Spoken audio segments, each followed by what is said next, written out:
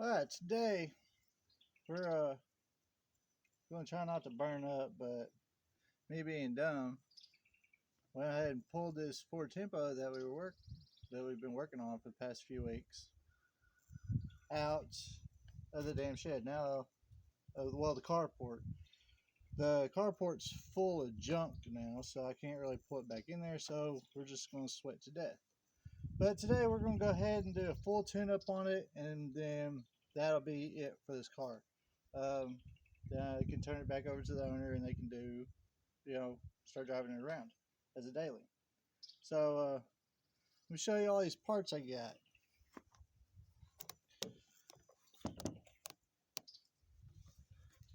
All right, so we went ahead and we're going to do the full tune-up. Got a battery right here. Never start. Got the go handle. Awesome. We went ahead and got 1 quart of high mileage oil. Now, when you work on these engines, like your V6s and your V8s, sometimes you're 4 cylinders. Not really for sure, but they take 5 quarts of oil. So we went ahead and got 5 quarts. Like your gallon jugs, they only have 4 quarts of oil, but it says 5 quarts, but that's a lie, I guess. I don't know. I always buy 5 quarts. That way, if you need to add any, you got it. But we're going to go with a full synthetic blend since this car is old. Oldish. And then we went with a high mileage because we don't really know exactly how many miles on it. Correction, I did say it had 70,000. It only has 7,000 miles. But we went ahead and got new distributor cap, special order item, rotor bug. We went ahead and got another solenoid, but the other one's working too, but I might as well go ahead and change everything and go ahead and go brand new. We did have the serpentine belts, and this one controls from the alternator to the power steering. And it busted on me the other day, as you can tell. And wicks. Now, I used to just put whatever I wanted in there. And now I'm putting wicks in there because it's pretty dang good, to be honest. Wicks, you can't beat it. And we got spark plugs, some wires, and an air filter. Now, y'all ain't going to see me put it all on, but I'll show you the before and after, and if there's something that I think that y'all need to know, then I'll show it to y'all. Show y'all how to take it apart or how it goes together and whatnot. So, anyways, we got that, and we got all my tools. We already got the car up on ramps, which that's simple, explanatory. Wow, got a lot of pollen in there today. But yeah, can't forget your other tool you gotta have. So, anyways, we're gonna go ahead and get this video started and get this thing done, over with. So, bear with me. Okay, so we're gonna go ahead and start by draining the oil in here. Let's see if I can rotate you around a little bit. This right here is going to take a 16 millimeter, which is weird because sometimes it's a 15 or a 17. So this one's going to be a 16 millimeter. We already broke it loose. Got my wrench right here. Well, sun's kind of messing with everything. But anyways, it's 16 millimeter. Anyways, we're going to go ahead and do the oil first. And the reason for that is, like, you got all these parts that you're going to put on, and you choose to do the easiest thing first. Yes, but there's a reason for it. The reason is I can do the oil last. I'm going to let everything drain out of this. This oil's been sitting in here for however freaking many years. It's been sitting there since 91 anyways. Since the car was brand new. We're going to go ahead and drain this, but we're going to leave the oil plug out, so that way everything comes out of this motor while we're working on everything at the top. And then when we get ready to put the rest of the oil in, it'll be at the end. So that way you know you got fresh oil in there, everything's cleaned out. Well, you know everything's cleaned out so you can put fresh oil in it, all the junk, crud, clumps, whatever might have accumulated over the years. So we're going to go ahead and that's the reason why we're going ahead and drain the oil first. You don't necessarily have to do the oil filter. You know, usually wait, but that's what we're going to do. We're just going to wait till I get ready to put oil in it. So, anyways, that's what I'm doing right now. Let's see how black this oil is. I don't know if y'all can see it on camera, but I can already see it dripping. It is black, black, black, black. Don't look bad, but it's dark. It's been sitting for a while. See if I can do this little trick. People say you can't, all the time, you can't pull oil without getting it on your fingers. Guess what? No oil on my fingers. So, anyways, we're going to go ahead and let that drain, drip, and whatever it needs to do. We're going to go ahead and do everything at the top. And so wait, looks like this oil, it don't look too bad. It's just like a brownish color, so it's not bad oil. But I guarantee it's factory. The oil filter's factory, looks like. A Valvoline. Now, when I take this oil filter out, y'all gotta see some old stuff. I ain't seen this stuff since I was a kid, and I'm 36 years old. So, yeah. But I'll show y'all that here in just a few. Okay, so now we're gonna go ahead and get the pain in the butt part knocked out first. These spark plugs. I don't know if y'all can see them. They've been ate up on by rats and everything else. You know this thing ain't ever been changed. That's a Motorcraft distributor, which we got different type of distributor than that. Yeah, we're gonna go ahead and get this pain in the butt taken care of. I got new wires, y'all, as y'all can see. We're gonna go ahead and get that taken care of now. So that way it's done, over with. I ain't gotta worry about it again. So we're gonna go ahead and get started.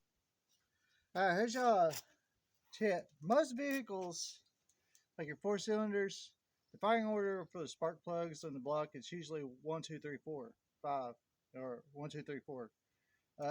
Your V6s, you know, I'm not really for sure about straight six. I'm pretty sure it's 1, 2, 3, 4, 5, 6 all the way down, but I'm not for sure. But that's not how it fires. Your firing order comes from here. So, but your spark plugs are the same. On Chevrolet V6s, Dodge, it's, well, I don't know about Dodge. I forgot. It's all cool, you know, clockwork. But anyways, like your 90s models, all the way up to your 2000s, your Chevrolet V6s and V8s, you got 2468 on one side, 1357, you know, on another, you know, well, you got 2468 for the V8s and 1357 for the V8s. 6 is the same way. You're just limited out the 5, the 7, and 8. It's the same way. Usually driver's side. But anyways, back to what I was saying. You got your old one on there before you even take it off. You know, like a car like this right here, the distributor's in front. Always go ahead and set up everything the way that one looks, because you know this one runs. So always set it up the way it looks before you even put your stuff on it. If you don't do that, you're going to have a very, very bad time. So anyways, that's a good tip for y'all today. Just remember, always put y'all stuff on before y'all do it. Now, y'all can adjust the wires and all that stuff, you know, get on here, one way over there if you need to. But just set them all up the way they need to in the lengths. You know, all spark plugs are a different length. This one's number 3. Then you got 3, 1, 2, 4. So, and then the center one, it goes straight to your cool or whatever the hell it is. It goes shit. I forgot what it was called all of a sudden. I've had a lot to drink today, so just bear with me. Shouldn't be working on stuff when you're drinking, but fuck it. Okay, so you got the distributor cap off, the other one. Now, there's some things that y'all need to know about these things. Anyways, look inside here. These little pieces right here will have like little corrosion and stuff on them. Sometimes you can get them to work. You know, if it's missing and everything else, all you do is get you like a little file, wire brush or something, and clean them off. But we got new parts. We're just going to go ahead and change it. This is a rotor bug. Look like it's had some miles on it. The other one, let me get it for you. We'll go ahead and compare the new to the old. This is a new one right here, and this is the old one. See the difference? Dirty. Anyways, everybody knows this new is new. It looks good. Anyways, what I was gonna say is another thing. Inside of these rotor bugs, you got a shaft that runs through there that's hooked to your distributor. Now there'll be a little bit of rust on there. Just get you a wire brush. You know, get some of that rust off of there, and then pop your new one on. Should work. As y'all know, the car was already running. Still had a lot of rust in it, but it helps. Okay, so remember, always clean that up. Okay, so now when you do spark plugs, go ahead and take out your first one and take a good look at it. This is how you're going to learn the easiest way without asking them for information. This is called the gauging tool. It's a spark plug gapping tool. It's got all these numbers on here, and then it's got this little thin line all the way around it that you can put your spark plug in and find out what, like this, what gap it's set to. Now this one was already preset at, I guess, 50, you know? But the stock ones are showing that they're below 50. Now, this car is requiring 54 or less, and we are sitting at 54 pre-gap spark plug. Now, I've done this before, have not checked, didn't check all of them. I only checked the first one. Check all of them, because last time I did the spark plugs, I screwed it all up because I didn't check the gap. The gap is very important, and it tells you how much spark you're going to have, but you know, between in that cylinder to ignite the fuel. So that's what it looks like, old, new. But these ain't bad. They're not bad. If you actually look, there's a little bit of white still on them. They're not, if they were bad, they'd have like a little point, like they've been fired on too much. So we're going to go ahead and keep these since we know that they're good. So anyways, yeah. If you don't know how to put spark plugs in, you should do it one time. So spark plugs ain't really bad, you know, hard to do, but there are some tight spots in places that you would like, you know, do like right beside your firewall on the V8s or the V6s. Or your front wheel drives, you got some way back there in the back. Always get the hard part knocked out first. Like that one, that number one was right up against the dang alternator. So I knocked it out first. I ain't gonna worry about it now. All I gotta do is hook a spark plug spark plug wire to it and just go. So anyways, yeah. Get all your spark plugs in there. If you have never done spark plugs before, you should do it at least one time. You know, that way everybody needs to learn how to do this. I started by just getting out there. My mom said, go put that tire on. So I went and put a tire on, and then went from there. You know, I'm self-taught on a bunch of this stuff. Now, don't get me wrong, I've asked a lot of questions. I've had a cousin that helps me out, had a bunch of friends help me out, relatives, internet. You can find whatever you want to learn on the internet. So YouTube, Google it, whatever. You can find whatever you need to know about this. Most people say that these things need a torque spec, but this thing's old and I really don't care. So we just tighten it down until you think it's torqued enough. You don't want to torque it down to like 150, everything you have into it, because you'll end up stripping that dang the threads out. And then you have a whole new mess of worms you got to deal with. You got to put new threads in it, new core. It's called a helo core, I think. And you'll have to put one of those in, drill it. You have to pull a whole head. You don't want to over torque them. So just get them in there where they're snug and you know they're not going to come out. And that's about it. So I'm going to go ahead and get all this finished up, and then I'm going to show you all the ending results after I get the distributor on. So we already got the rotor bug on there. It's already set. Everything's scented.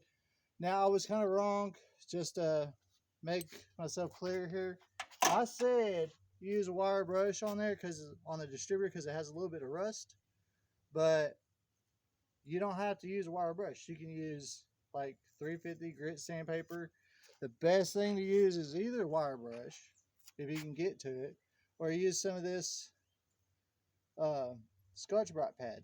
You can get this at O'Reilly's. I buy them by the boxes, but you could also go to the dollar store and get one of the sponges with one of these green pad. It'll have a green pad on it, or an SOS pad, or some steel wool. You can use anything you want to just get that rust off. So I was kind of wrong. I thought about it right when I pressed pause on here, and yeah, you can use anything you want to. Just don't start sanding it down to where it's messed up. Just give it a couple good swaps where a bunch of wires, a bunch of metal showing, you got it licked. So anyways, I'm gonna go ahead and get this finished. I'll be back with y'all in momentarily. Well, in a second. Okay, so we got everything done now. Got all the spark plugs. Now, see if you can see this or not. Alright, so we got all the spark plugs, all the wires, and everything else. Now, when you're doing these spark plugs, right after you get everything put on, make sure everything clicks in. It'll make a special click. I don't know if y'all are going to be able to hear this or not. We're going to go ahead and let y'all hear the click, but if it'll do this, it's on. So you ain't got to worry about it. Like I said, keep all your spark plugs, your old wires, especially if the car ran. That way, now I've done it. Everybody's done it. If you worked on a car, you've done it. Broke a dang spark plug off right when you're putting the damn thing in. So don't just automatically pull these out and throw them in the damn trash. Hold on to them until you get done. It wouldn't be a bad idea to hold on to them, because if you're like a car guy like me and you're short on some spark plugs or something, you got them. So remember that. I know I'm doing a lot of talking about spark plugs and everything, but it is a very, very important thing to have, to learn about. I know I'm rambling a lot about it, but you gotta hold on to a bunch of this stuff. I can't stress it anymore. Anything just from previous experiences I've had with these dang things, and it's a big headache if you don't pay attention to what you're doing or hold on to the old parts like you need to, especially if the car already ran. You can just always go back to that, put the old spark plug back in if you break it off, the new one off, and I'm done. So I had to move a bunch of stuff around to do this. I had to take a bunch of parts out. So now we're going to put them back in. We're going to go ahead, well, before I do the air filter and everything, we're going to go ahead and do the solenoid. Now, the solenoid is this little spot right here. This little thing. So, dang, I don't know if y'all can see this or not. let me get y'all set up here for a second. All right, the solenoid is this little thing right here. It's got 1, 2, 3 screws on it, and you got to plug in right here. So, well, actually, it bolts onto this one side. One side's positive, one side's negative. Now, you can take, like I showed y'all when we first got this thing running, take a screwdriver and put it in there. And this is how you can get one started if the keys, if this thing's bad, is put it in there and touch them, make a complete circuit. You're bypassing all this crap, making a circuit. But we already know this one's having problems, so we're going to take this off. We're going to clean all these off here and put the new one back on. So I'm going to go ahead and get that taken care of. It's simple, just 15 millimeter here, 15 there, or 16. This is Ford, so it might be 16. 16 here, and then 2 10 millimeter bolts right here. Pop the thing off, you're done. Put everything back on the way you took it off. So when you take this off, do like the spark plugs, put this wire and these wires back in the same order onto the new one before you bolt it up. So I can't stress any more of that. Just this is the complicated, the very complicated but severe parts that you're going to have to do if you ever have to do it. So yeah, we're going to go ahead and get that one put on, and I will show y'all what the ending results is right now.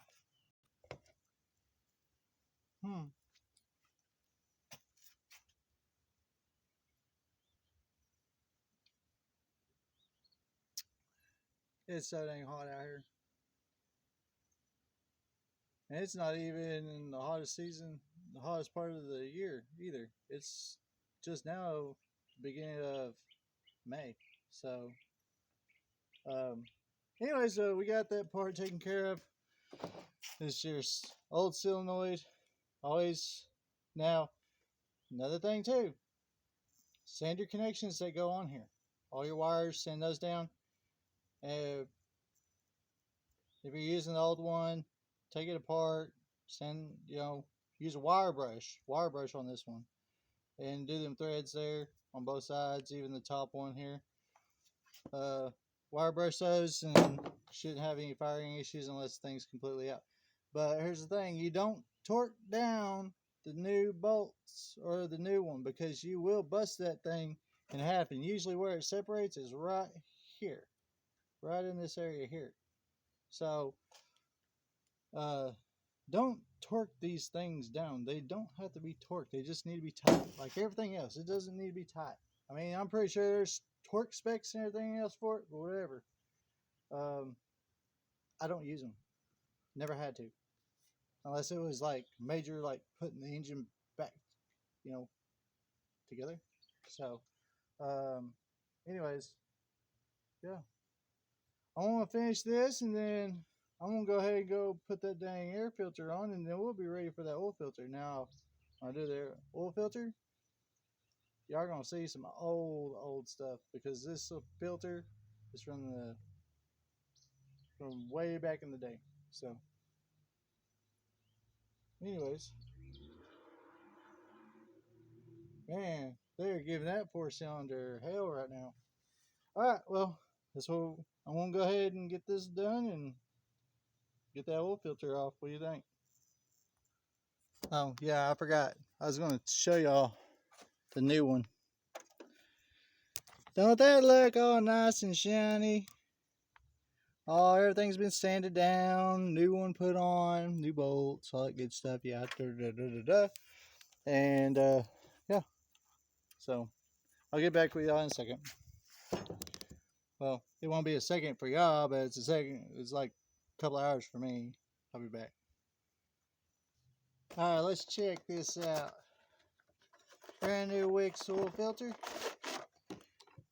Brand new. But 1991 Wix filter. Still kind of clean. Still kind of. I don't know if y'all can see that. But this is the clean one. So, Out with the old, in with the new.